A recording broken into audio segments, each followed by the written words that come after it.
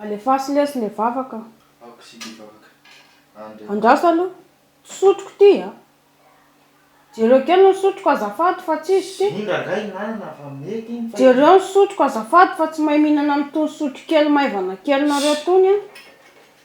Ainga ny alafanao ne.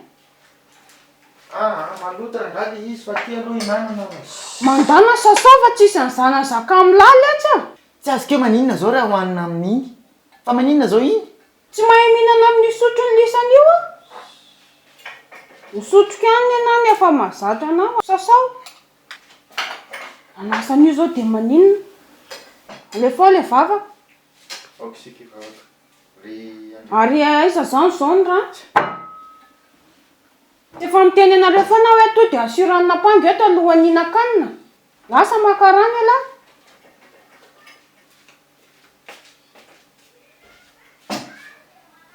Ay, alefa am'izay vavaka. Aoko sy vavaka. Ry Andriamanitra rena io. Tsara indrindra. Amen.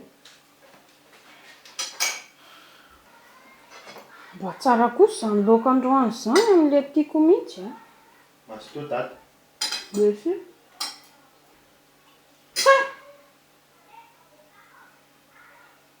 Tao misy vato le vary.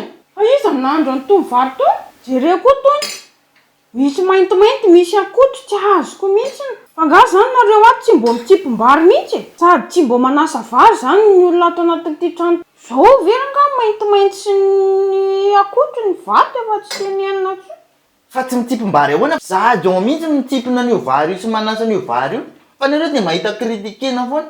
Tsy azoko ina zao mivato am'izany. Ianao rery zao mahita an'izany mitsako vato sy ny maintimainty kely zany. Ny rehetra toa mihinana tsara daholo ihany. Iako mihinam-bary zao dia lazaina fa mahita vato tsakoina foana. Tena tsy rariny kosa rangahy zany a. Rehefa tsy mety aminareo ilay ndany nareo mandeha restaurant.